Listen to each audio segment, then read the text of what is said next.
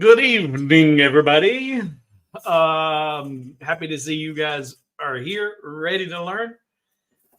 This design is going to be this piece right here, and that was an inspiration from the Rolly Automation Facebook group, and I'll show you that in a few. So go away. Bye bye. Notifications popped up. All right. So just want to say hello to everybody, all the regulars. There were a few posts in here right out of the bat. Aaron, I hate you got your laser stolen. And if you, in fact, we'll put this right up here, right in the beginning. I don't do a whole lot of this, and I should do more of this. If you're going to be buying a Rolly, I'd appreciate it if you use my link there, hobowithwood.com/Rolly. That'll let Leo and the guys know that, hey, I helped influence your purchase, and they'll send me a little nickel to help offset my expenses here on the channel. So if you're considering buying a Rolly, and that's for Aaron, anybody, if you'll use my link, I'd greatly appreciate it. Also, Victoria, I did see your post in YouTube, and I haven't had time today to address it, but we're going to address that here. Victoria has asked, says she wants to become a patron and have access to my designs, but she can't even figure out how to download the free ones you offer on some of your videos. Please advise. The free files I do with my videos, the majority of the time, not always, but the majority of the time, are limited time. They're available, for an hour or so after the live stream or during the live stream until the end of that day. A lot of the free files will be time sensitive, but the website is full of free files that are still free. There's lots of free files on hobowithwood.com, and that banner, hobowithwood.com. We're scrolling right there. There it is. There are several free files on there. The family of the Tree of Life and the family tree. That's a very popular one. So there are lots of free files that are still free. Some of them are time sensitive. We're going to design this file from start to finish. Completely design that file in Lightburn tonight in this live stream. So if you're watching and you follow along, you'll be able to do this yourself if you have the patience and you pay attention, because the biggest thing about this design, priority matters. What you select, when you select, and what you select is crucial when you go to welding, moving, shifting, shearing, all. So if you're not a stickler for details, and you are watching, and if you're watching this in the replay and you watch enough of it and you skip forward 10 seconds, but them 10 seconds might have been extremely valuable. And now when you don't get the results you want, it ain't my fault. You can't jump around when we get into the designing. As far as becoming a patron, if you sign up there, patreon.com/hobowithwood. Once I get a notification that you have signed up on Patreon and the payment's processed, and they send me a notification, hey, you've got Victoria as a new patron. Once I get that email, usually within 12 to 24 hours, I will send you a message through Patreon with your coupon code that will get you the discount that goes along with your sponsorship. Bronze gets 60% off all digital files. Silver gets 80% off, and gold gets 100% off. The gold is 100% off all digital files, but because of abuse, it is limited to a total of $40 a month in downloads.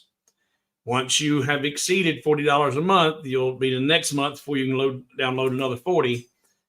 However, if you download $40 worth of files and you say, hey, you just released that brand new file and I really want it, but I don't want to wait till next month, you send me a message through Patreon, and I will send you that file if you're a gold patron and you want to get it and not wait till next month.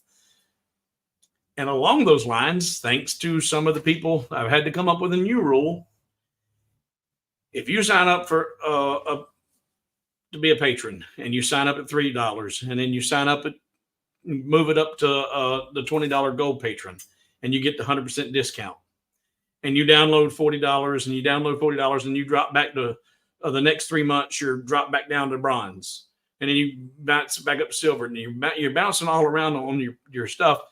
And in a 6-month period, you end up, sending me, $60, $70 in file or in support, but you've downloaded $240 or $250 in files, and you keep dropping your level, and you're a yo-yo, and you cancel and you want to come back. Well, I'm gonna probably put you on a 90-day hiatus. I'm not gonna just renew your gold. Don't play games, is what I'm saying. Either you want to support me or you don't. Don't be playing games. So Victoria, if you want to sign up, there's where you sign up right there, and I will send you that code.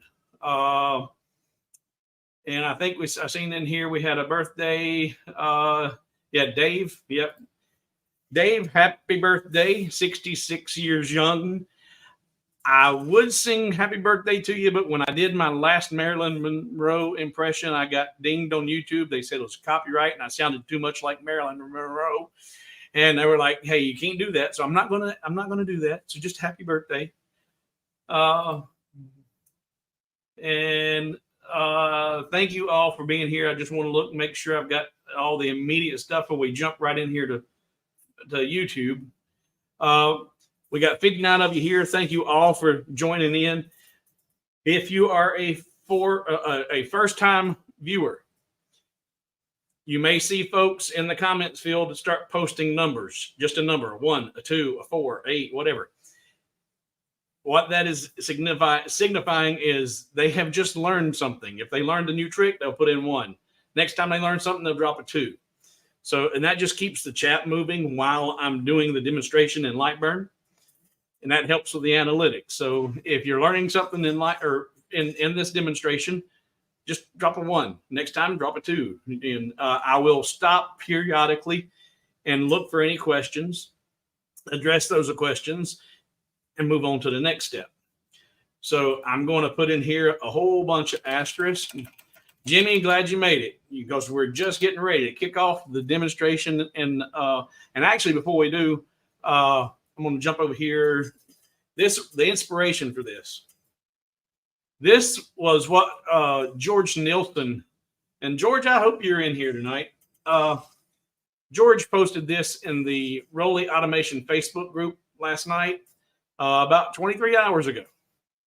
And he said, "Hey, how do you guys do this?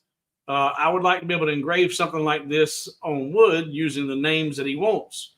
And I seen it about 15, 20 minutes after he posted that. And I said, "Hey, man, this would be great. It'd be a great tool, or a great video, and a great way for people to learn how to use some of the tools in Lightburn." And that was about 23 hours ago. He posted it.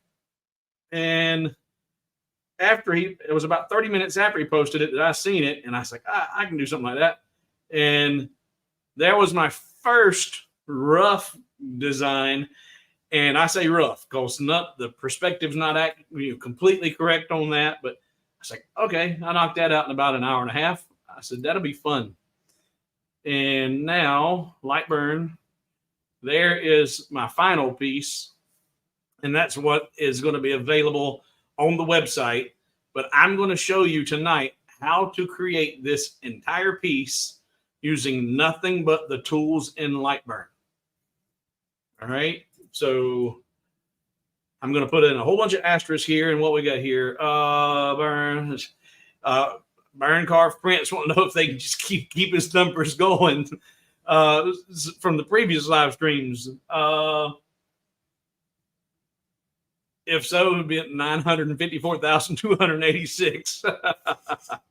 Actually, I would like to see if you've learned anything new in this one. So no, let's do a reset on your counter.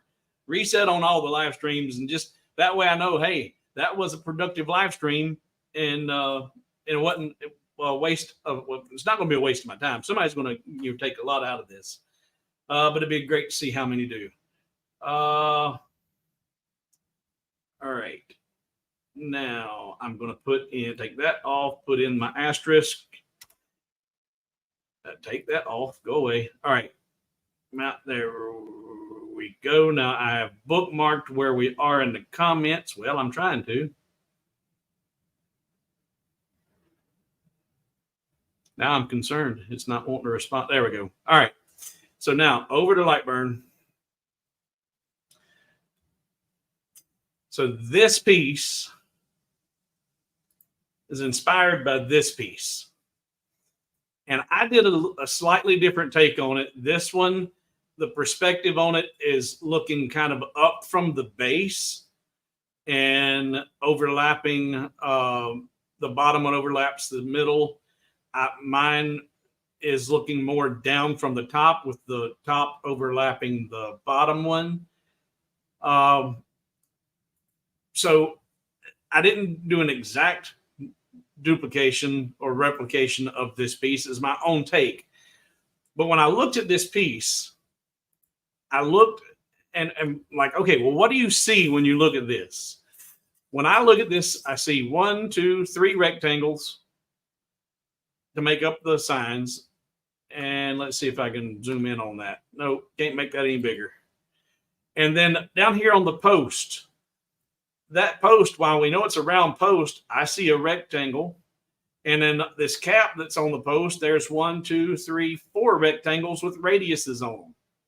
So there's only, and then on top of each one of the signs, top and the bottom, where they are clamped together and bolted together, there is a piece there, and then on top of that one.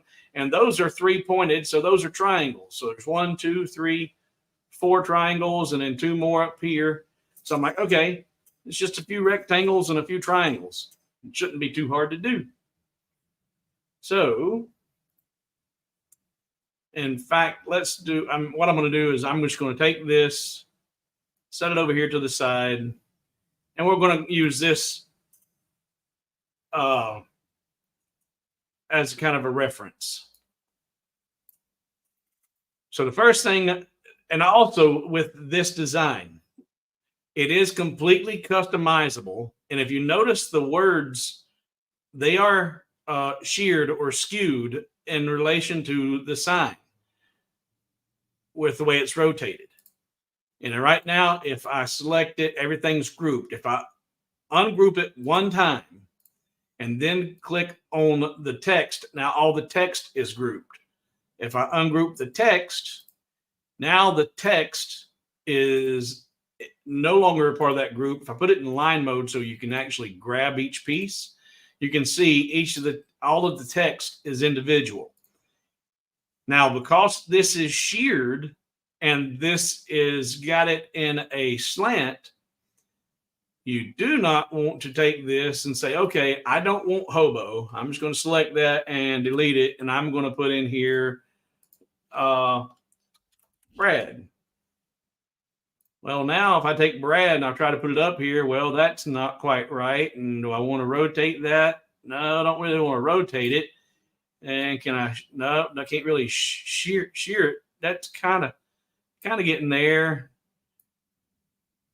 So instead of deleting, if you get this file from me, instead of deleting the original text, all you do is select the text, put in there, and you can just start backspacing and then just type out whatever you want. Come down here.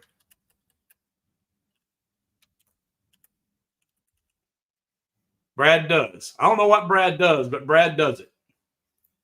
And that keeps the skewing and everything in relation to the design that's there. And these up here are typical editing, easy enough to correct and fix and change to whatever you want. If you found yourself needing to do something like this, how do I spell that, Brad? B-U-R-Y. All right. Now that's awful darn big and it's over here and it's behind that sign. That's not going to work. So if I select that and hold my control button and just start shrinking that down, it'll shrink it down to where I can get it to where I can see it all. And then once I got that, I can see that my height is 22.61 on my text. If I want to make it match, I can just select that text and now tell it 22.61. And now the text would all match that. It's a little bit high up there, so we're going to stick that. Oh, I'd have to ungroup it and center that up. But that's how I've got this design set up. So it's easily editable, changeable, and you keep all of the orientation correct. But let's get into drawing this out and how do we get these skewed and all that good fun stuff. And what I ended up doing, in order to compare to, where did I have it at? I forget. Well, in the Facebook. Go back to Facebook. Facebook. Here, when I first did my post, that sucker is just completely squared off and it doesn't have the correct perspective. It's just looking straight on at it, where here you're kind of looking up at it. And so I'm like, okay, that don't work. So in this design, you can see if you were looking down at it, then the pole would kind of have a taper to it. And that's what I did. I tapered that down, and we're going to talk about all that. Now, let's get a few things clear. I ain't no artist. I see stuff and I try to replicate it, but I've never had the first art class. I know enough to be dangerous, but I'm not an artist. And hopefully if you are a better artist, you're going to learn from this video some of the techniques and tips and tricks and how to use the tools. And maybe you can make it better. And that's really what this is about, is to teach you how to use Lightburn and how to get some really great designs with your laser. But comments about, hey, that's not the right this or wrong with that, or if it's strictly telling me I ain't doing it right about the art, I know I'm not an artist. So let's see here. Going back up to the comments before I got over here. All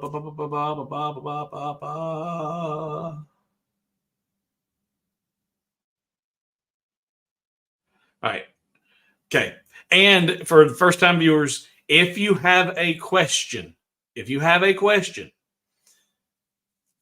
precede your question with at least 3 question marks.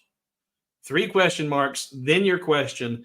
That way I don't have to sit there and read every line looking for questions. I can scroll pretty quick and see that, hey, there's a question that he's, or if it's a statement that you really, really want to get my attention with, if you put those 3 question marks in there, I'll see it. Otherwise, the other comment says you guys talk back and forth amongst yourselves. That's fine and dandy. But if you miss something in the tutorial, it ain't on me. All right, now more asterisk, and we're going to get into the actual designing.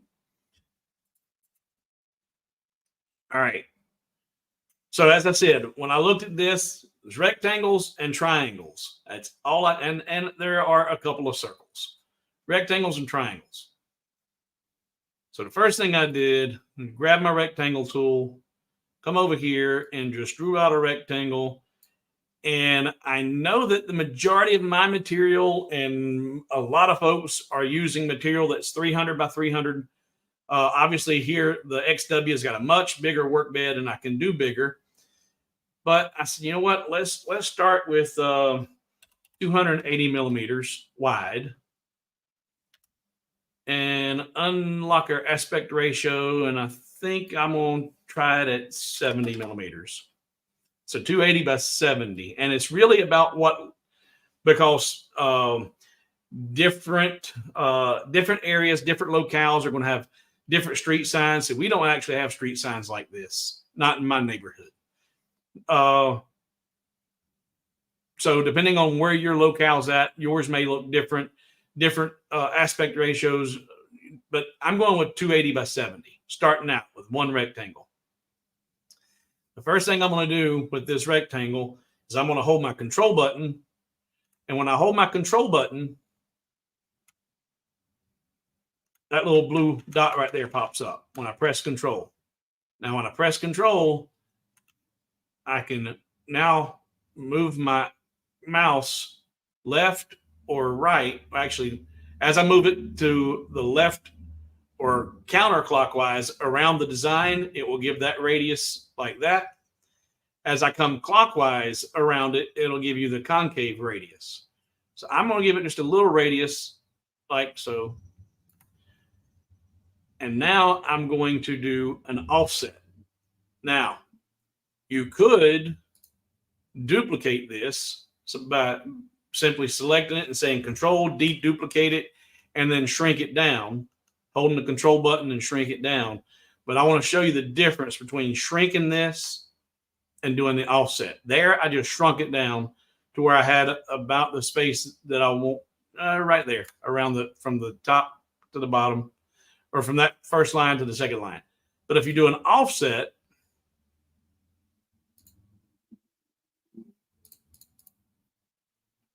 see the offset's getting real close there, say 3.5. There, they're practically the same distance from the top, but now it gives me a uniform offset all the way around. Shrinking it, controlling it, duplicating it, and shrinking it down does not give you a proportional offset. There we go.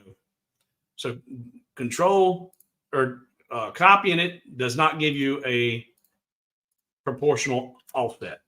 So instead, I've got my first rectangle now, and it was 280 by 70, and I'm going to do an offset of 1 millimeter and say OK. Now I'm doing rounded inward, selecting my select resulting objects. Do not delete your original objects. Optimize and simplify results and say OK. Now, since I had select resulting object selected, it gave me that new one. I'm going to go right back to my offset tool. And now I'm going to go from 1 millimeter to 3 millimeter offset and say OK. And that was selected again. So I'm going to go right back in and I'm going to do a 2 millimeter and say OK. And there I'm starting to have my first sign. And I've got this in line mode because when you're in line mode, it is so much easier to design. When you go to fill mode, it's hard to grab individual pieces. It's much easier to grab whenever you're in line mode. Now here you can see I didn't get the radius because as you come down, the radius are getting tighter and tighter. So that one doesn't quite have a radius on it. And I can live without it in here. But if I wanted to have that radius, then I would need to, because this is, when you draw a rectangle, it is a primitive. It is not a path. It's not a shape. It is and when you go to node editing, when you draw a rectangle or a circle, it doesn't have any nodes. In order to, and whenever if you can't use the control and the radius tool on a piece that does have nodes. So like here, because we did offset, if I go to node editing, you can see I've got 4 nodes in here. And it only has 4 nodes. So that should be like a rectangle. But if I draw out a rectangle and I go over here and look, I've got that selected and I go to node editing, there are no nodes because that is a primitive. And now with that being a primitive, I can hold the control and get my flashy radius tool to do my radiuses. I don't want that. Here, if I come down here and I hit control, it will not give me that tool to create a radius. If I go to the radius tool,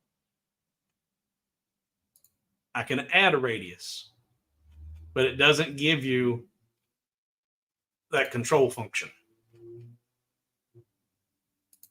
So if you go to use it and you're like, hey, where'd it go? It ain't there. Well, it's because you're working on a path and not a primitive. All right. So now with that like that, if I put that in fill mode, you can start to see I've got the little thin outline and the larger piece there. But I need this little indentation here and my circles, bolt circles there. So I'm going to go back to line mode. I'm going to come in here to that inner line. I'm going to node editing. And now I'm going to insert some nodes. And I'm going to do that by using the letter M for middle. And it doesn't matter where you're at on the line. If you hit the letter M, it's going to put that node in the middle. I'm going to do it again here and again here. And you know what? I think I want to do it one more time here and here. Now, I don't actually need these nodes. I just need these three right here. This one in the very middle, I'm going to hover over it, and I'm going to hit the letter S for smooth. Now, with my arrow movement at 10 millimeters, I've got it set. When I click on the arrow one time, it's going to move 10 millimeters. So I say, okay. So I've got that selected, and I'm going to arrow over one time to the right, and it'll give me that. And you know what? I don't know if I like that. I'm going to undo that.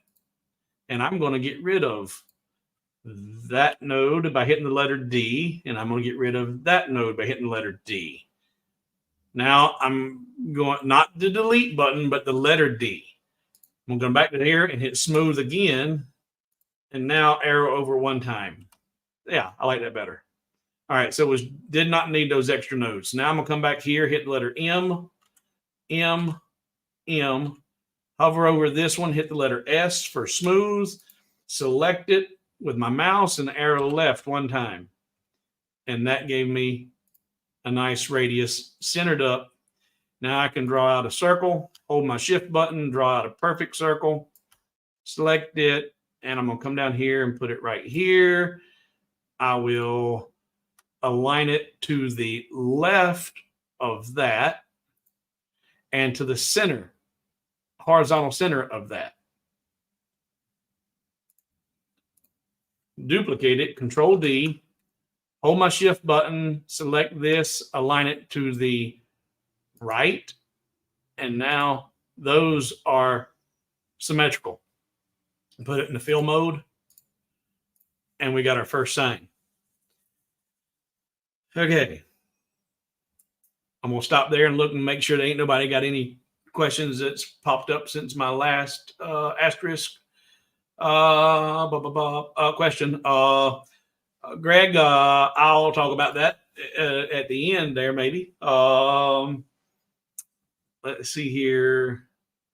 Question mark, question. All right, no questions. I'm going to put in a bunch of asterisks so I can bookmark and keep going. All right, so we've got our first sign done. Now, if I wanted to be really, really particular about my perspective, then not only would the shape of the pole change and or the illusion of which way am I looking at it, from up or down.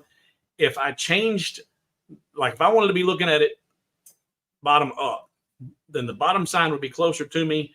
So the next sign should be just a little bit smaller, and the next one a little bit smaller. So if I wanted to truly worry about perspective, when I go to make my next sign, I'm going to make it a little bit smaller if I want to be looking up. But if I want to be looking down, I might make it a little bit bigger. I didn't worry about that when I did this. I didn't do that. I left those the same size because it's close enough. But somebody will say, hey, that should have been like that, because there's always that one. Don't be that one. All right. So there's our first sign.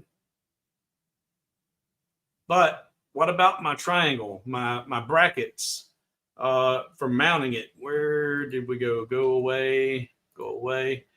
These little brackets that go on the top of each of those signs.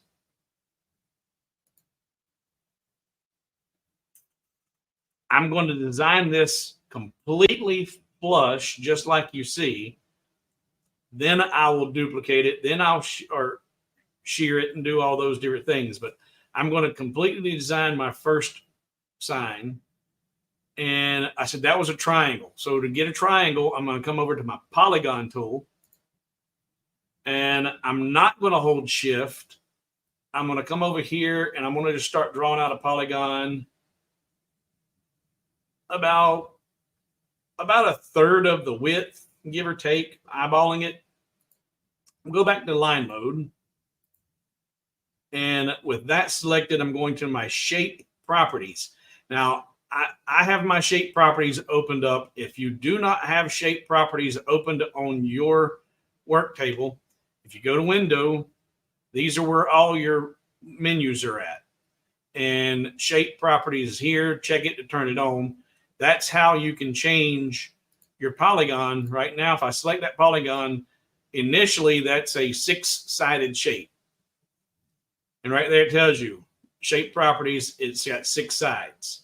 But if I want to make that an 8-sided shape, I can just start changing the number of sides right here and change how many sides are on it. But I want it to be a triangle.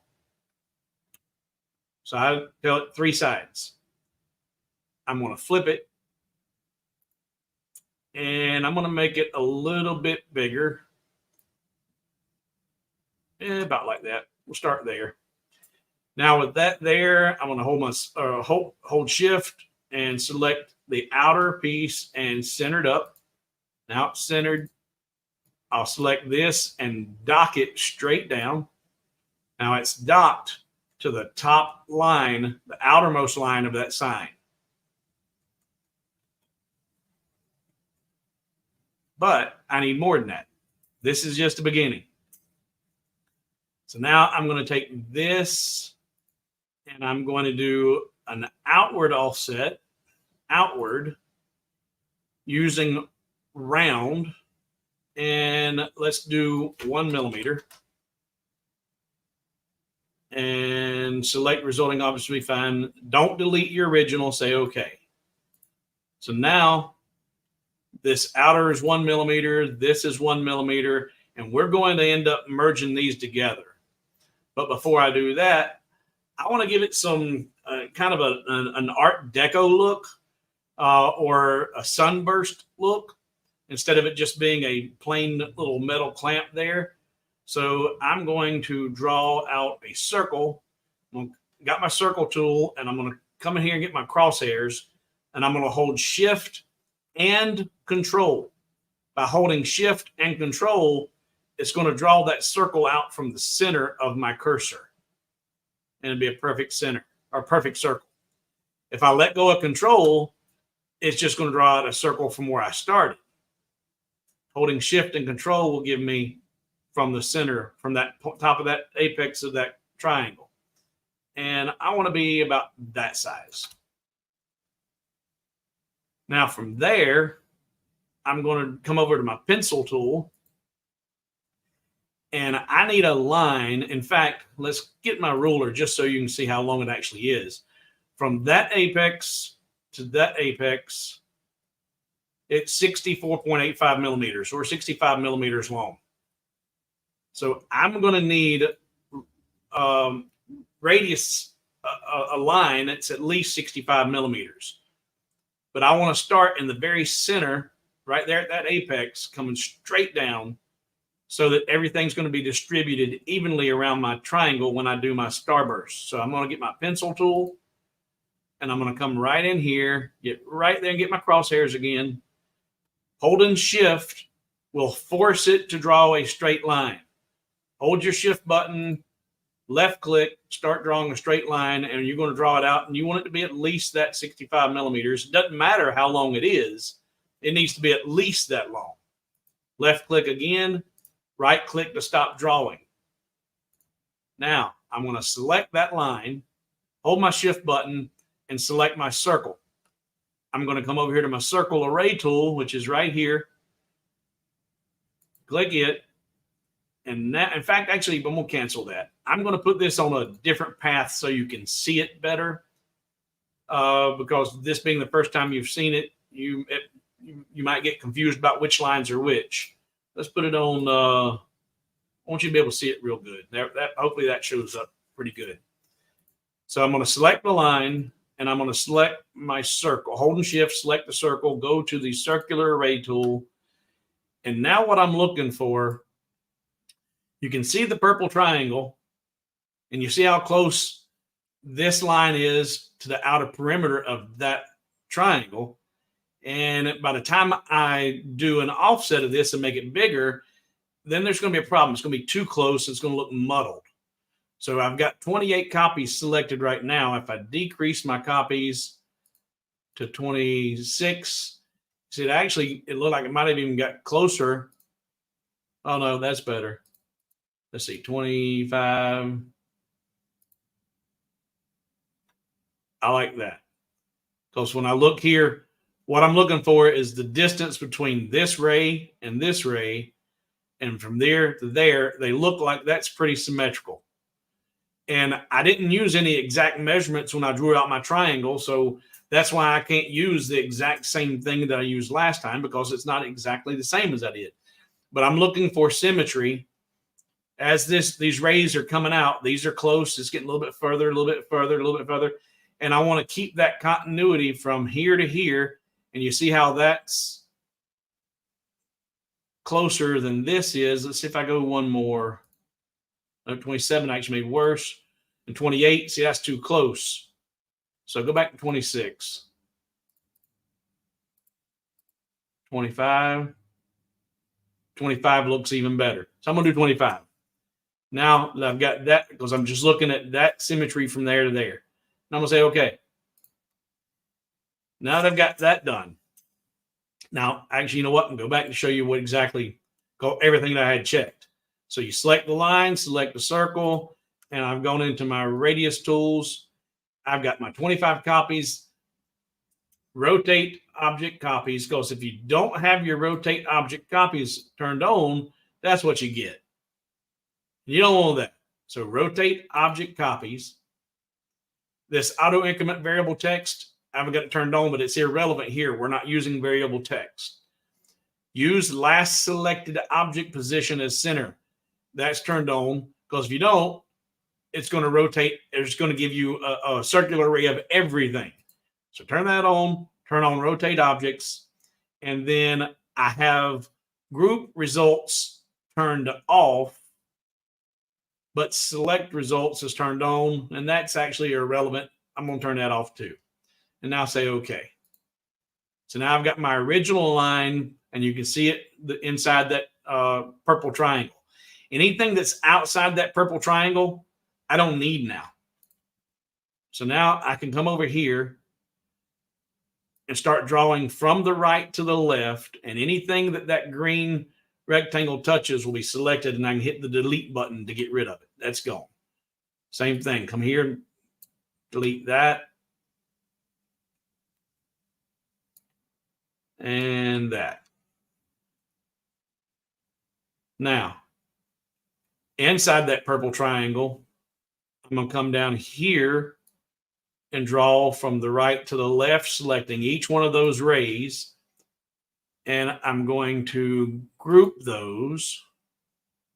I'm going to do an offset. Now, this is a straight line, and I'm going to do an offset outward. And I want it to be probably a little bit less than the millimeter perimeter that I've got around that triangle. But since we're doing an offset in either direction around that line, if it's a millimeter on the outside and I want it to be smaller, so I want it to be a 0.5 millimeter, we're going outward on each side. So I need to tell it to be 1/4 of a millimeter, and 1/4 millimeter this way. Now I got a 0.5 millimeter. And that works when you're doing offsets on lines. You need to think about that when you're doing your offset. So here, I'm going to do a 1/4 millimeter offset, and then I'm going to turn on delete the original objects. And I'm doing round and okay. And I went outward. Now I've got this configuration going on. I'm going to now grab my purple triangle, select it, hold my shift button, and select that offset array we just did. And I'm going to subtract it using the Boolean tool over here, which is, if I leave it alone, so there you go. Boolean subtract one shape from another. A subtract B. A subtract B. And the significance of A and B. A is the first piece that you selected. B is the second piece you selected. When you get really, really good with using your Boolean tools, you know, okay, well, I'm going to say A, hold my shift button, subtract B, and hit your subtract button. But if you're not familiar with those tools well enough yet, you can always just hit Control B when you've got both those selected, Control B, and that brings up the shortcut for the Boolean assistant. And here are all of the Boolean tools, and you can see a preview of what each one of those results are going to give you. That's not what you want. That's not what you want. But there's A subtract B, and that's what we want right there. Say OK. And now I'm beginning to have a little bit of a sunburst going on. Now I'm going to, let's look at this over here. Yeah. All right. Whenever these signposts are going to be bolted together, they've got to have a center hole there for them to go through. So I'm going to put a round piece at the top of that triangle, but then I'm also going to have the star sunburst down in just the bottom part. So to do that, I need an offset of this circle. So I'm going to select that circle, and I'm going to do an inward offset of 1 millimeter. And do not delete the original, and say OK. Now, this piece, none of this stuff here is grouped together. That's still the first offset of the first triangle. So holding that or selecting that, that's A. Hold Shift, select this circle, and that's B, and then weld them together. And that gives me that. Now I'm going to select that and A and B. And do I want to weld those? Yep, I want to weld those. But before I do that, I need another offset. Undo. I'm going to do an offset of that one. Offset, I'm going to do a 0.5 millimeter inward. And say OK. And now A and B, and weld it. And that gives me a sun inside there. And now when I go to my fill, I get that. Now, you see here, I've got this overlapping, and that's no longer in a fill because that is not welded to that. So let's go back to line mode. And I'm going to first, I'm going to do a little bit of curvature. I didn't do in my first project, or in this design, I didn't do it. I wished I would have, but I was so far gone before I realized I ain't going to undo it and go back. I'm going to come here. These are not welded. I'm going to go to my node editing, select this one, and I'm going to select, actually got to hold Shift and select them both. And I'm going to hover over the outside, and I'm going to hit the letter M for middle. And I'm going to hover over the next one and hit M for middle. Come back over to both of them, and I'm going to hit the letter S and the letter S. Come over here, and I'll do MS. And down here, M, hover over, and S. Now I'm going to check my movement. Shift arrow will give me 1 millimeter movement. Say okay. So now I'm going to select both of those, and I'm going to hold my shift and use my arrow button. Come down 1, over 1, 1 more. And this is just aesthetics, what looks good to you. And by moving those the same, it'll keep it all symmetrical. And now look at it in fill mode. And that just gives it a little more contour. And say, okay, that looks good. Now, since none of this is grouped, and this is where, and I show this example a lot with Boolean. Boolean tools can only work with 2 objects. It can be more than 1 line, because 2 lines, two shapes can be grouped, and that's 1 object. So you have to pay attention to what you're doing as to which Boolean tool you need to do, which one do you need to use to get the results you want. So right now, this is not grouped. This is not grouped. So since that's 1, hold your shift and select that, and then you could weld it, and that would then give you a nice filled result. Now, I'm going to undo that because I haven't duplicated this. I need to duplicate it and bring it to the bottom, but I'm going to show you here also. Undo. If these 2 lines, which are 2 lines that form that outer perimeter, if they're grouped, that's 1 object. And now I hold that and select this and weld. That's going to give you a similar result. But undo. If these 2 lines were grouped, you still get a similar piece, but now this is now welded in. See, those lines disappeared. Undo.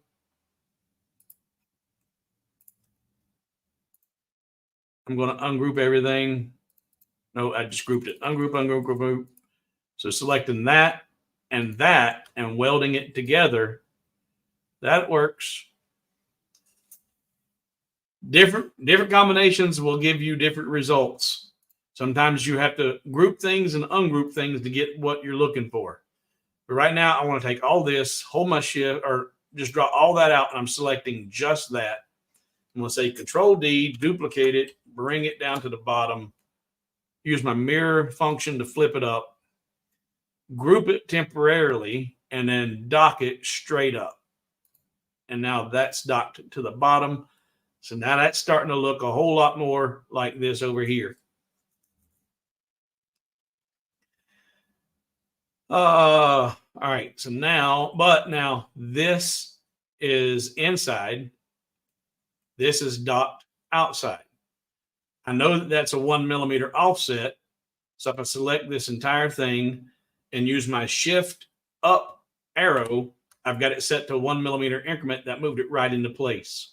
So now I can ungroup all of that, select my outer perimeter and that outer perimeter, weld it together, hold my shift button, select that outer perimeter and weld it together. Now all that is 1 sign. All right.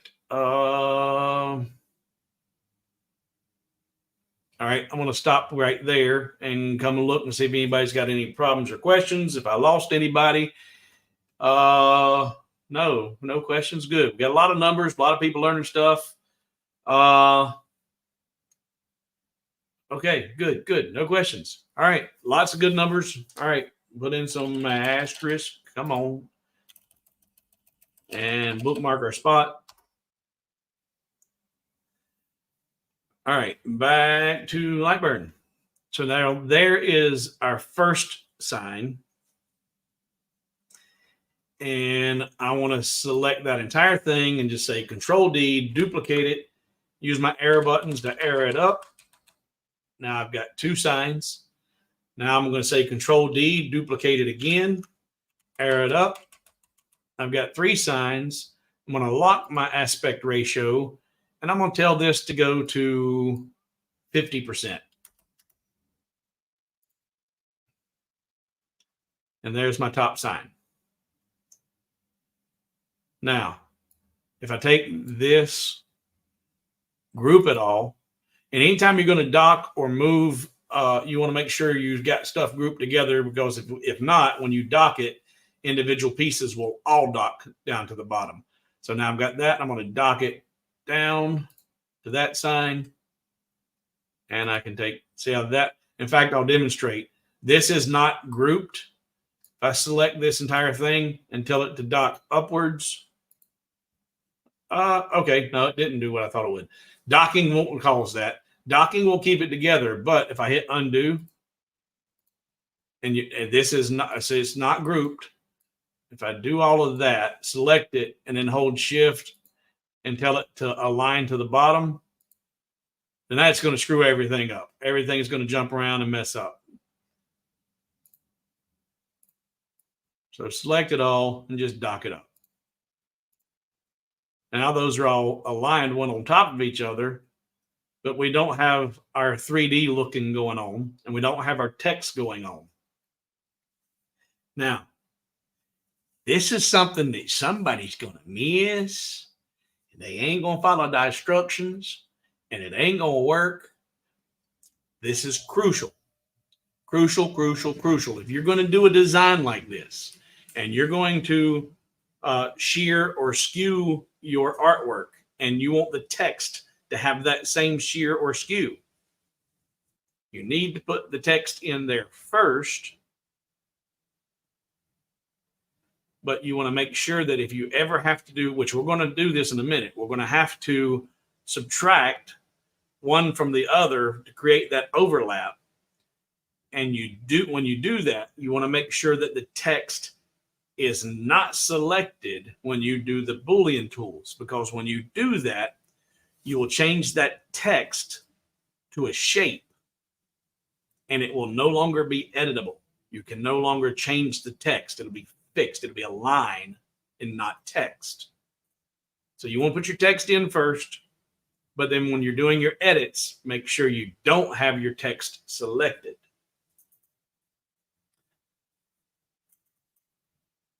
So here I come in, and for the road signs, I find that the Arial font is what looks most common.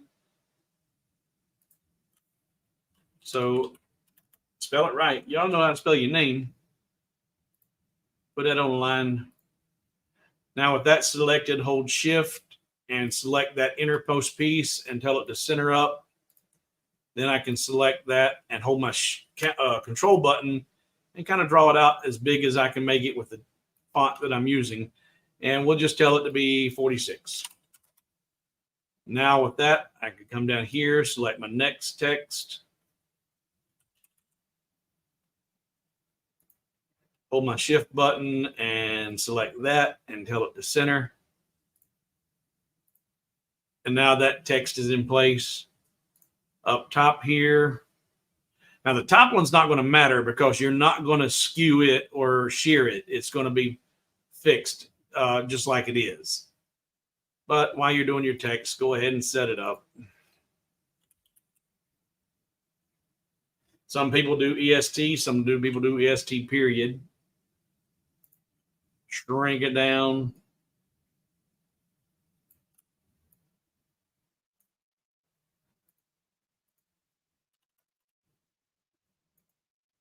Hold my Shift button, select that, and tell it to go to center. Grab my text and blow it up. All right, and that's looking more and more like street signs. But now, when you go to skew this is again, it's just personal preference, which way you want to do it. You could take these two circles right here, this circle and this circle, and overlap those two. So if all of this is grouped Nope, it's not. So right now, and this is where you got to start paying attention to what you're doing, because you need to group certain things in order to move things all together as one. But then whenever you need to subtract that, you're going to have to ungroup. Remember what you ungroup, need to regroup. This is where paying attention to what's going on. Make sure you got what you need selected. You can always do your undo button, but grab all that one and we're going to group it temporarily. We're going to grab all of this one and group this one temporarily. And you could take this and drop it right on top of there.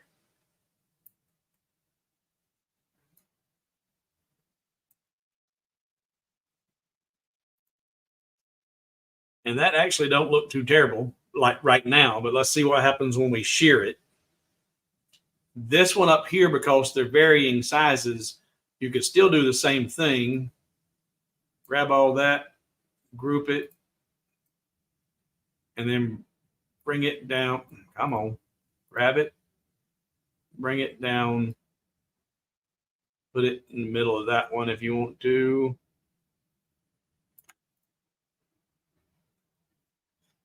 But to do the shearing, I'm going to grab that. Right here, you've got 4. Oh, let me turn my banners off so you can see. Banners, hide. All right, there we go. Down here at the bottom, you got move, size, rotate, and shear.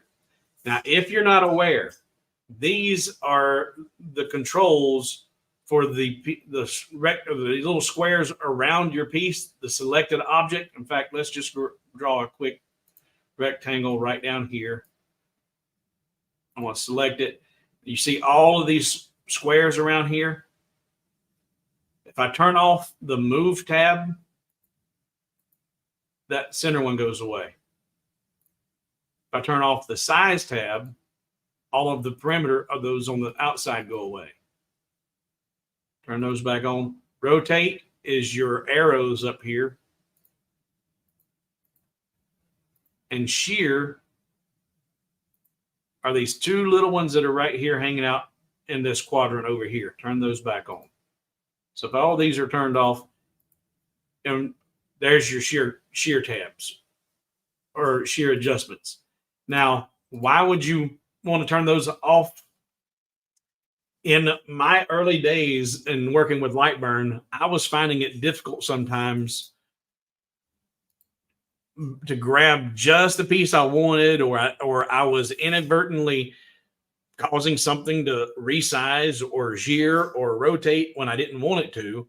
So those are down there to prevent you from accidentally moving or changing the shape. If you know it's locked in, you don't need to do any of that.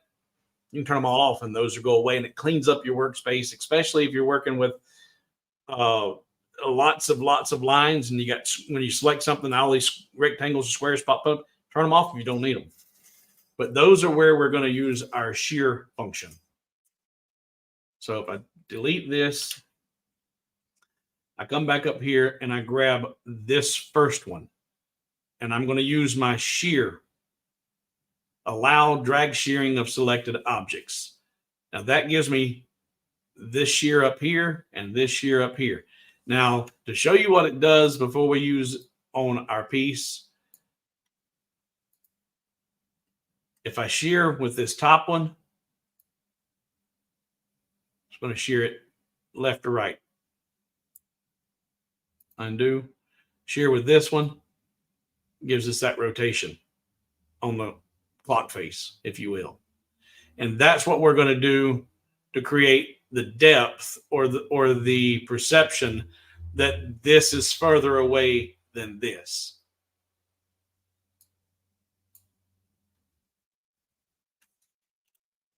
So if we select this piece and I use my shear,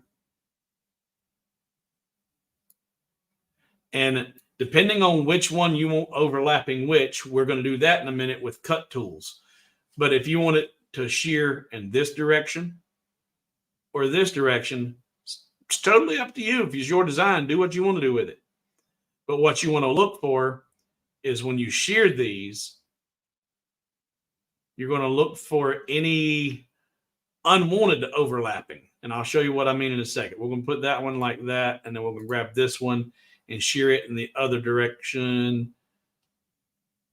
And here if we come there, so that's obvious. But now when you go to cut this out and that, you're going to cut out part of your names. That is not going to work.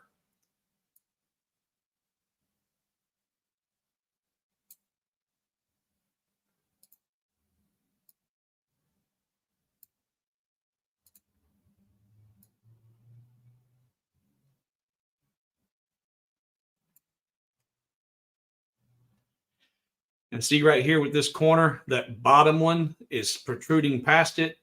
I didn't want to have any of that. I wanted to make that corner as clean as possible. So I took my shearing back up there and then down here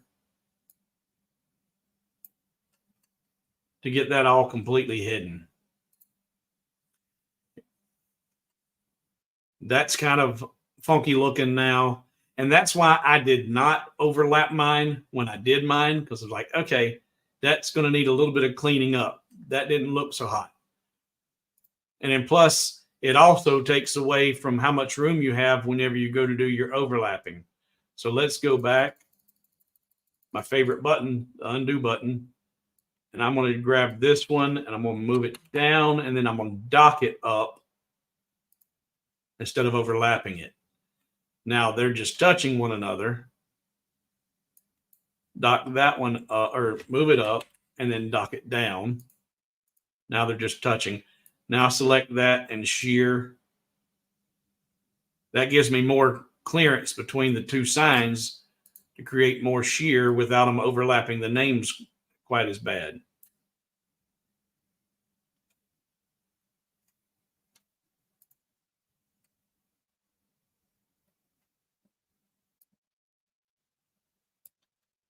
And there I got a good clean corner.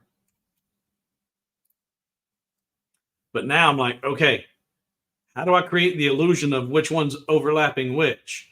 Well, if this is the top sign, then it should be overlapping the bottom sign.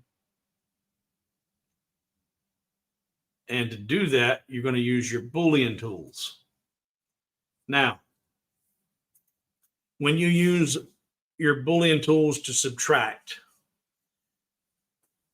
whatever shape you're using to cut with is going to disappear when you're done. Once you hit that subtract button, whatever you're cutting or stamping with is gone. It will no longer exist.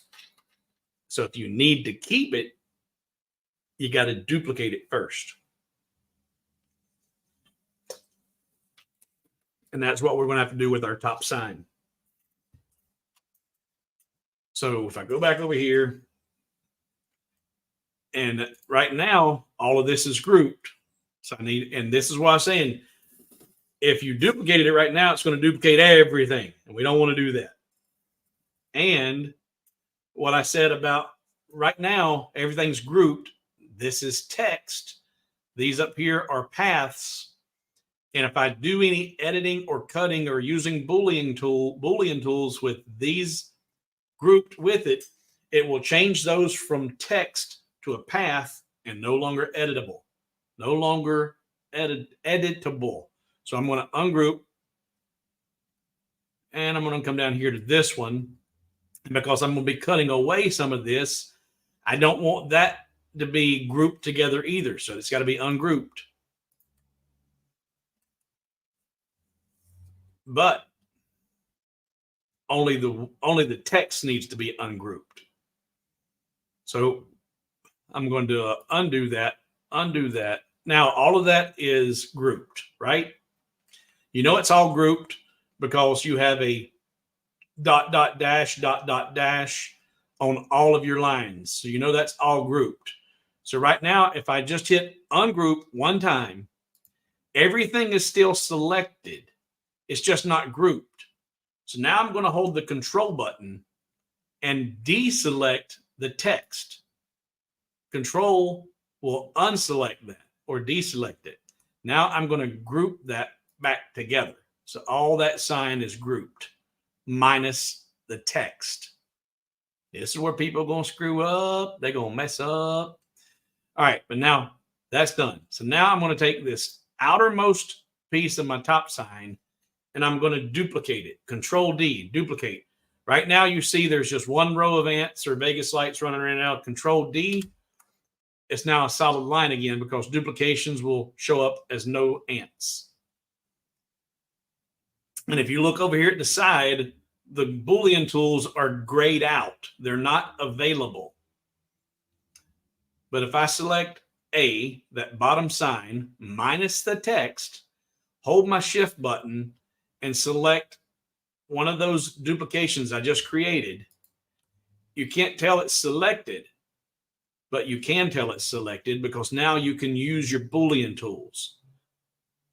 So if I select just the sign, they're grayed out, but the minute I hold shift and I get right on one of those duplications, now this is an option.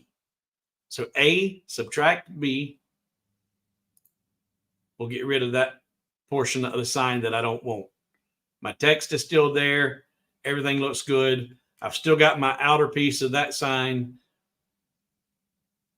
And now I can, that's good, that's good, that's good, that's good. All right.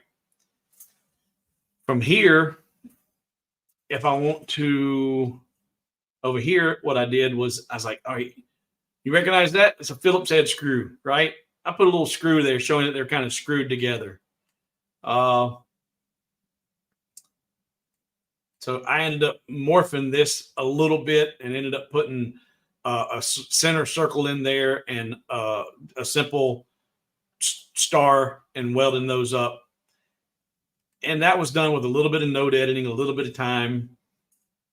I'm not going to go into that in this demonstration because you could just do a simple rectangle and another offset of that inward 1 millimeter. Say, okay, don't delete the original. Select both. I don't want to draw another one. Undo. Select both of those. Group it together temporarily. Shrink it down a little bit. You could put something in here and put a screw head on both of those. Round that out and do whatever you wanted to do to create the illusion of those being bolted together. I don't want to go super long. If we get a ton of time, if we got a lot of time after I get past doing this, we'll go back and do that or something along those lines. Here, I just did a little tower and connected them. But now I want to show you this though, changing the perspective. Now for me, I don't know about you guys, but right now when I look at this piece, it looks as though I'm kind of above it looking down on that sign. So now, before I go too much further, I'm going to go back over here and look at comments and look for any questions from the last time I put any asterisk again. I got to find asterisk. Asterisk. There we go. There's asterisk. All right. Now, question marks. Questions. Question from Russ. Instead of just engraving it on a 12 by 12 panel of wood, what about doing a cut layer around the outside of the sign and cut it out of the panel? Yeah, absolutely. Yeah, once you've got it all done and you've got your final piece, just one simple offset of around the entire thing and cut it all out. Now, this is not just a 12 by 12 piece of material. This is one of the $3 panels I got at Dollar Tree. It's actually like, I guess, like a wooden canvas with a little frame on it. And so, you know, I thought that was kind of neat just to be a sign in and of itself. But yeah, you could cut it out and have the silhouette of the sign. And hey, Russ, how you doing? Good to have you here. All right, that's the only question I've seen in that one. All right, so now we're going to look at another tool to change the perspective of the pole to make that illusion of being looking down onto the pole continue on down through the pole. And to do that, as I said, when I looked at this, I seen, in fact, let's go back over to the actual photograph. Here I see the pole, that's one rectangle. This section is another. There's 2, 3, 4, 5 different rectangles to create that pole.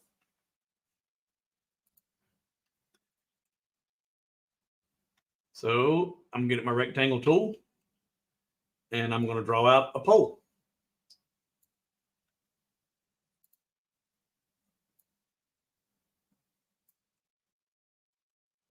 And actually, I'm going to give myself some more room and move this up because we're going to resize a lot of this once we get it all done. But I'm going to make it a little bit taller. All right, there's one rectangle. Then that was 1, 2, 3 stepping out larger. So draw another rectangle. 1, 2, 3. Grab every one of those, put them on vertical centers.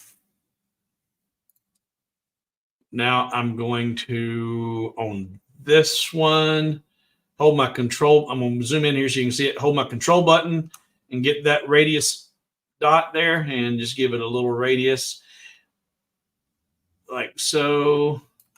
Select this one, this one. And that was all the way in. All right. Now with that done, hold my shift button, select that, weld it, shift button, weld it, hold my shift, and actually on this one I need to do a little we'll go ahead and weld it. Weld it. All right. So there I just created a pole. Now if I want to give the illusion of instead of a straight line, give it a little bit of a curvature at the bottom, hit the letter M in the middle and S for smooth, and then select it. And I'm going to use my 1 millimeter increment. So I'm holding with my settings, it's shift and down arrow. So that kind of gives that a little bit of a curvature there. And if you see here, that's curved out nice and smooth. If I come down here and there's a little bit of a straight line and then that begins to turn down. I don't like that. I want it to be curved all the way out. So I'm going to drag that tangent down right on top of that line. And this is very minute, but it helps create the more of an illusion of a true curve there. All right, so that's curved off. And now if I want to do the same thing up here, get my pencil tool, and I'm going to draw a straight line from there to there. Select that line, do my node editing, letter M and then the letter S, and shift and down. And then I will drag, in fact, just so you can see the difference. See how that kind of comes straight out and then begins to turn down? Well, you can correct that by just, you don't want to go dragging it out here like that. But if you just drag it straight down to the line to where it overlaps, that'll correct that.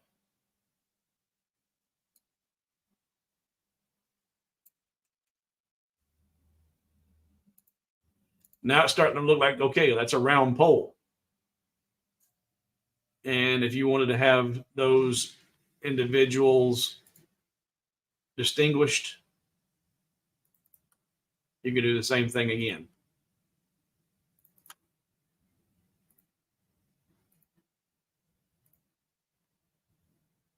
M, S, no, I did an MM, undo, S, M, S, Oh, I didn't hold my shift button.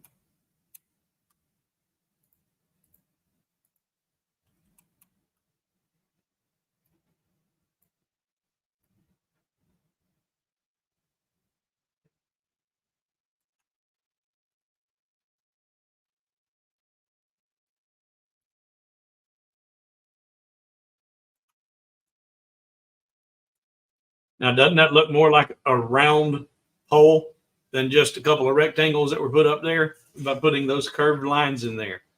And I need to do the same thing up here at the top.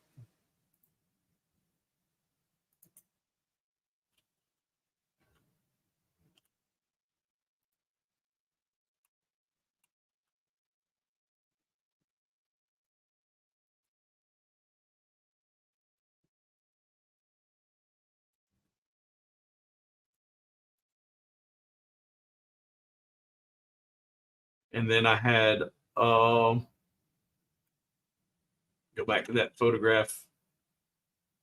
1, 2, 3, 1, 2, 3, and then a smaller fat one in the middle.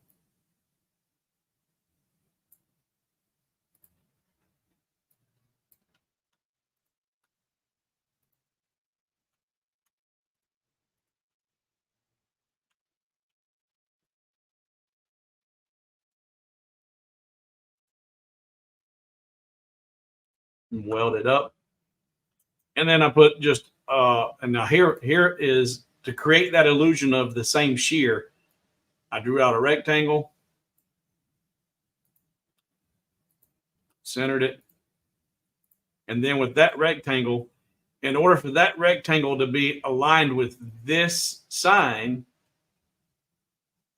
I sheared it to match those same lines there. And then once that's all brought down,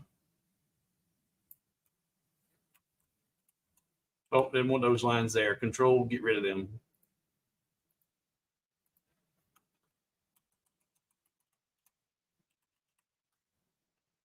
So now that looks like that mounting tab is rotated with the same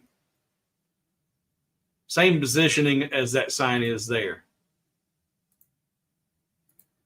And weld that in there. And then you could weld that to that. Now, here, all that's grouped together, and you wouldn't want to just weld that in, because if you do, that's what you get. And we don't want that. So this is where you got to ungroup some stuff. And I'm going to actually bring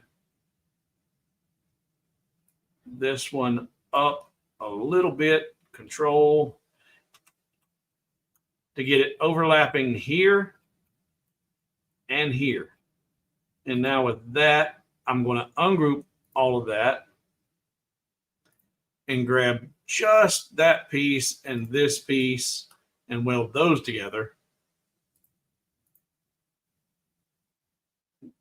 Then I can put in a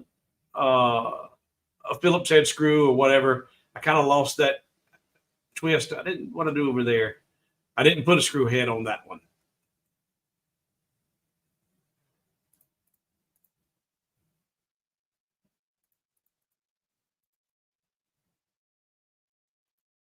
Offset.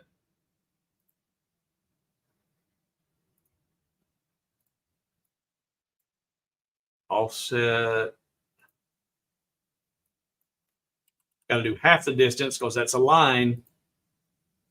I didn't do it. Offset. Outward. That's why, because I didn't go outward. Delete the originals. Okay. And weld those. Oh, no. Subtract those.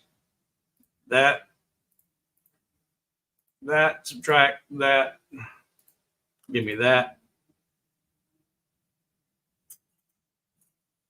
And now when you put all that in fill, you're starting to get more going on. All right, so we got 65 of you still there. A lot of you still learning lots of stuff, and that's good. I don't see a whole lot of conversation going on. That's good. You people paying attention. You learning a little something, I hope. Once you've got that entire design set up, if you're like, okay, well, I'm only got a small laser and I'm only working with a 12 by 12 material, that's fine. Grab your whole thing, group it all, and your widest point here is 372. So if you're working on a 300 by 300 material, it's say 300, and you can put that on your 12 by 12 material. Did I blow anybody's mind? Anybody get lost? Anybody got any questions?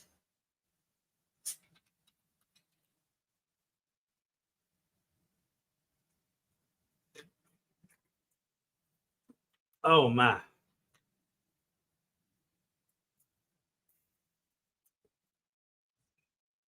Any wow. Oh, Moses does wood. Thank you, Moses. Appreciate you, my brother. Greatly appreciated. It truly is. All right. I don't know if there's anything that I've left out. I think Brad says that's just what he needed to learn tonight. Well, awesome. What I'm going to do is, Dave, if you're still here, hang tight for a second.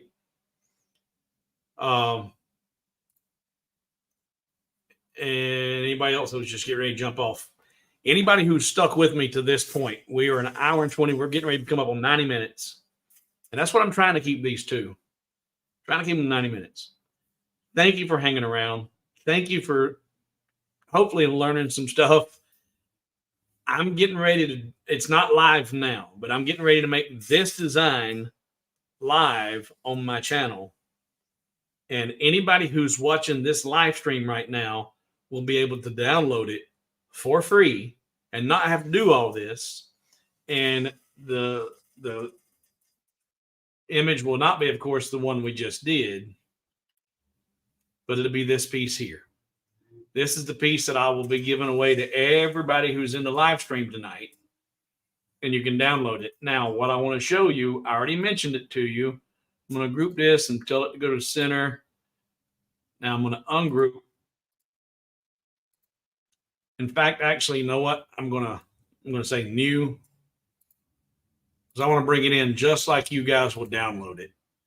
I'm going to open from e-commerce. There we go. All right. So when you open it, this is exactly how it will bring into your screen. And right now, everything is grouped minus the toolpath. The toolpath you don't need unless you just need it, but everything else is grouped. When you need to change your letters, your text, when you select the text, everything is going to select. Hit ungroup once, twice, and you should have individual text that you can then edit. If you have a hard time grabbing the text, just put it in line mode, and then you can grab it, no problem. But do not delete it. Do not delete the text. Come over your text tool and come to the end of the word and backspace out the D-O-O-W. And now you can start typing in your fonts or your whatever words you want it to be in there. And it will put it, it'll populate it in the correct orientation with the right skew. No matter what you put in there, it's going to look right. If you did delete it, I showed you this in the very beginning, but for those who maybe didn't tune in at the beginning, if you delete it and you come in here and you start trying to type it in, it's not going to have the exact same orientation right off the bat. It's not going to be right in the center of the sign. You can get it back there. You could use, because the skew is how we created that. So you could kind of get it kind of the right skew and get it close to the right position, if you did delete it, or you could just undo and start from scratch. I recommend not deleting the text. simply select your text tool, go in and start backspacing out, and then you can start typing in whatever you want it to be. Undo, undo, undo, undo, undo.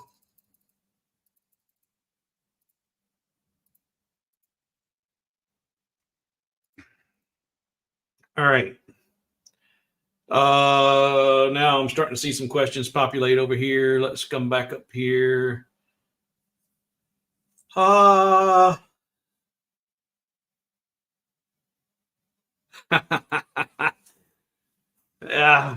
well, that's good. That's good. You have blown my head. All right. Going to be doing more question mark. Going to be doing more lives on Tuesdays and Thursdays now. Love the lives. All right. So whoever asked the question early on about, I'm doing some remodeling here at the house. I got some things going on in the personal world that I have not shared with YouTube, and we're not going to. But I'm having to remodel the house, and let me jump over here, Facebook and the Messenger. Don't, nope, wrong one, dum dum. Go back. Got to change profile. Go to me, Messenger, and now there we go.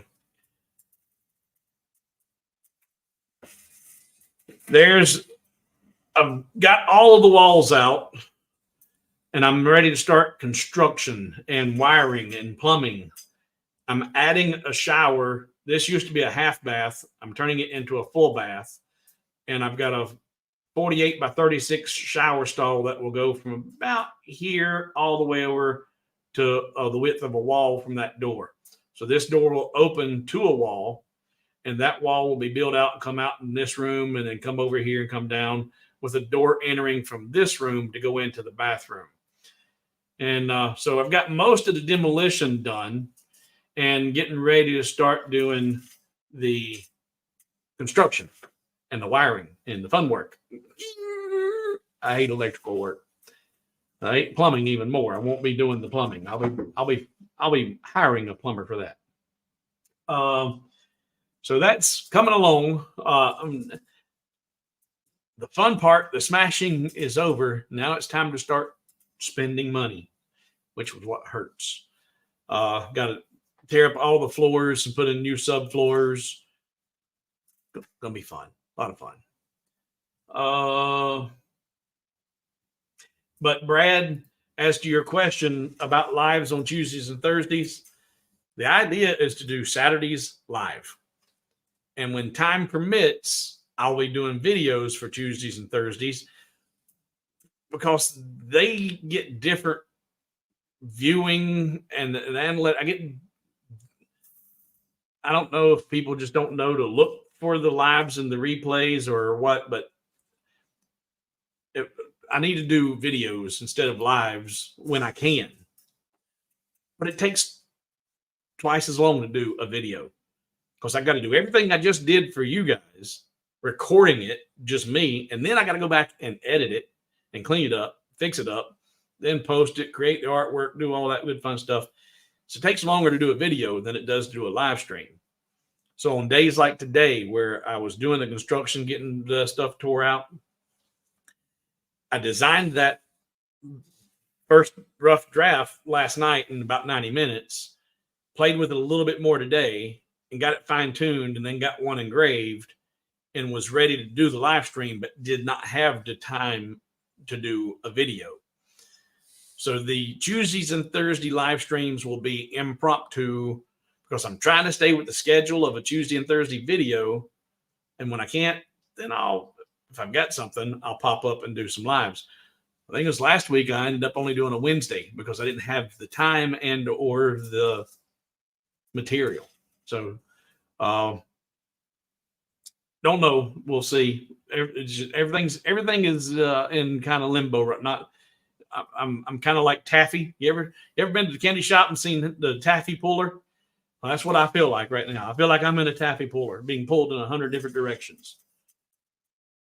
Let's see here. Dave says, I have learned so much that I am a gold member. I have learned so much. That's why I am a gold member. Go gold. All right. Thank you.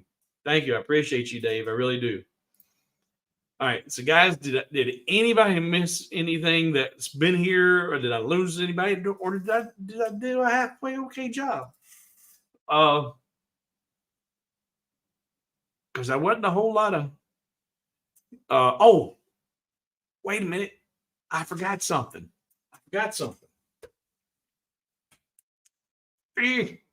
I forgot to show you how to continue the perception of that pole going away from you. There.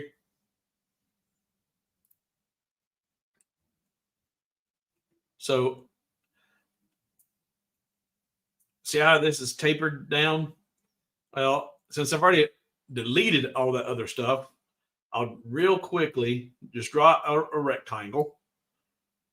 We're going to put it in fill mode temporarily. I'm not going to put all the lines in here, but I'll do the rectangles, the varying rectangles.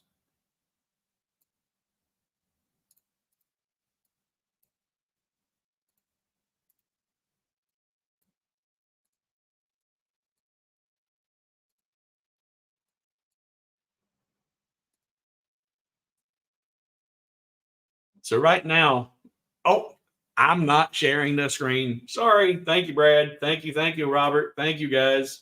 You didn't miss anything because I was just recreating everything I deleted. So I've put that back up there. And now from that point of view, you're looking straight on to that. You're looking at it at eyeball level. That's the top of the pole. And there's no perception of it going away from you. So to do that, edit, let's see, no tools, warp selection. Use the 4-point warp tool. And that gives you these 4 blue dots. And I want it to be going away from me, looking at it from the top down. So I'm going to hold my shift button and come over here to this blue dot and squeeze it together. And that gives you that illusion of it. You're looking from top down. If you wanted to go the other way with it,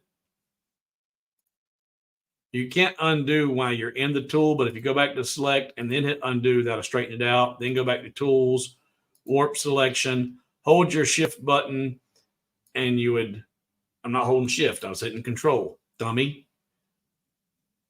Selector, undo, tools, warp, shift, and that would be going away from you. You're looking at it from the bottom up. Undo. That's the warp tool. Now, select it. Tools, warp. If you don't hold shift, come down here, and I want to shrink that in. If you don't hold shift, it will only move one side. And it won't undo while it's in that mode shaft. Go to selector, undo, tools, warp, hold shift, and it will shrink it in on each side. So I wanted to show you that. I forgot to show you that, but then I remembered to show you that. All right, so we're a minute 30 or an hour 34. I'm going to go over to my website. I'm going to make this thing go live. It is 10:30. Let's see, web. Come on, stupid. Website. Publish.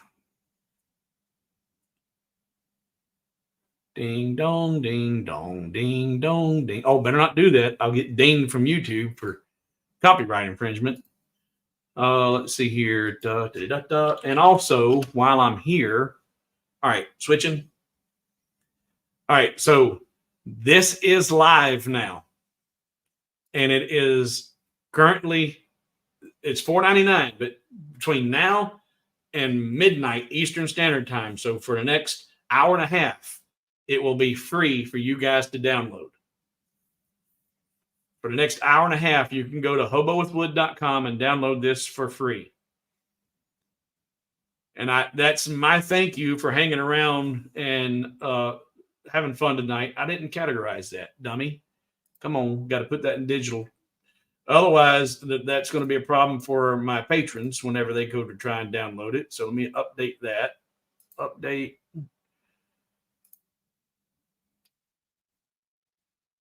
And refresh. There we go. Digital files. Because the patrons get all the digital files with the discounts. And if I didn't have that categorized correctly, then it would have been a problem. All right. But now what I want to show you guys, if I go to my digital files and you come here and sort by price, low to high, that's going to give you all the free files that are in here. There's the clamps that you can make and cut out with your laser and use rubber bands to make some little wood clamps. I've got a free welcome sign, a template for a U.S. license plate. This is extremely popular, the artwork for the tree of life, or the family tree rather. It's the tree of life, and I make a family tree out of it. And then I've got a pet feeder that I've got in here for free. Feeling lucky, still free. Lucky day, still free. And then the sign from tonight. So there's 8 different files that are free on Hobo with Wood that you could download. Just go into digital files and sort by price, low to high, and you can see all the free stuff. So let's see here. Yes, I figured it out. Thank you. I've got to do that at least once every live stream, right? Well, thank you, Bob. Bob, you don't have to do, you are a gold patron and a huge supporter of Hobo with Wood. So I greatly appreciate all that you do, and thank you.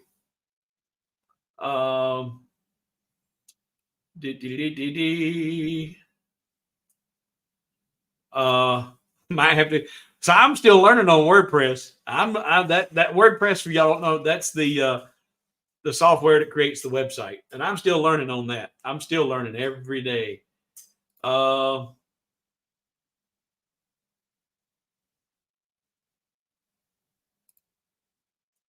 I don't see it yet, and I did Control F5 to refresh. Well, you just seen it. I posted it. It's live. It's there. I don't know. And different people have different problems with that. And I don't know if it's your browsers,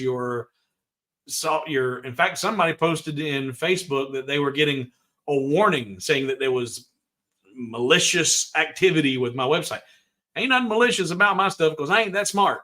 And I also don't care enough to try and collect anything.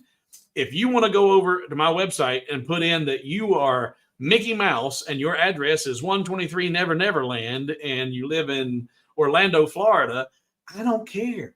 I don't need your information. I don't want your information. The only thing you do need to put in there correctly is your email, because you'll get email coming to you with your downloads. And anytime I change my files or correct them or amend them, I will send those out to the emails who have previously downloaded them. So if you put in a fictitious email, you won't get what you paid for.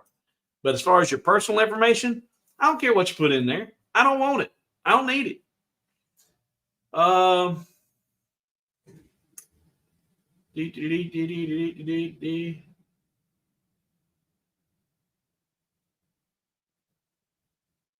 And Chicago Bob says just F5, no control. Don't hit control F5, just hit F5.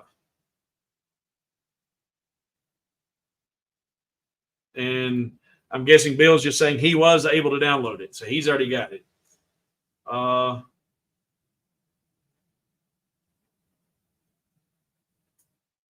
What is the actual name? Oh, no. What is the actual name so I can search? The actual name of the website? hobowithwood.com.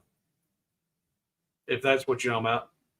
hobowithwood.com and go to digital files and you'll see it there. It should be right on the homepage, actually, because the last thing I loaded will be first thing on the homepage.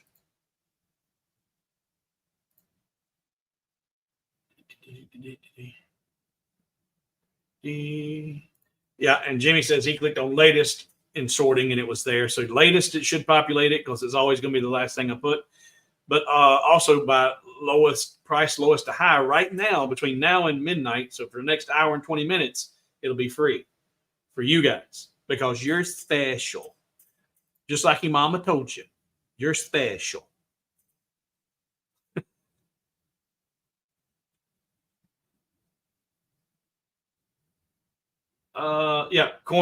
Corner street sign is the name of the actual file. I don't know why you're not seeing it soak and raise because several people have already downloaded it. Now Jeff said that he had to log into the site in order to be able to see it. So I don't know about that. I don't know how that might be something screwy with WordPress. I don't know. But I would think that if you hit F5 and refreshed your cache, even if you weren't logged in, it should update and should show it to you. I don't know.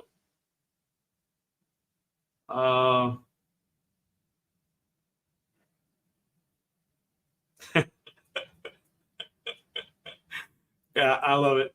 I love your support. I appreciate, and I know you're here a lot, and you're always hanging out with me. But it is there, as Brad says. It's in your settings. Finally got it with a search, and again, it might be either are you using Google or Chrome or are you using Edge? There's so many of those different things that come into play that they all have their own way of loading sites and websites, and this is a website that I created, and I don't know what I'm doing. It's a website that I maintain, and I don't know what I'm doing. So there are probably some things about it that are quirky because I don't know what I'm doing. But it's there. All right. Very good. All right, guys. We're going to wrap it up and get out of here. Thank you for hanging out tonight. I don't know what Saturday is going to be. I have no idea. It might be something that popped. Like this came from Rolly Automation Facebook group. In fact, again, just for giggles, if you do not have your Rolly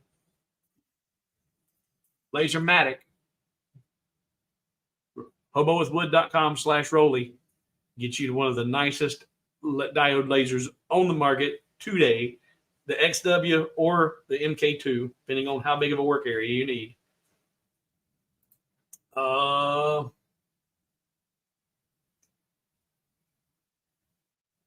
Question from Bill.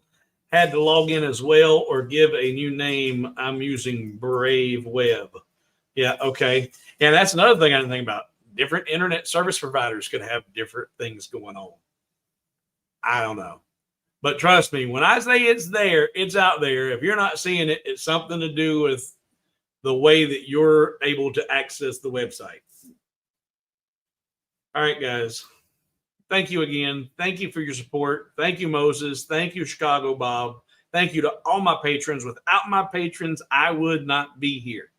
I could not be here because this is not a hobby. This is my job.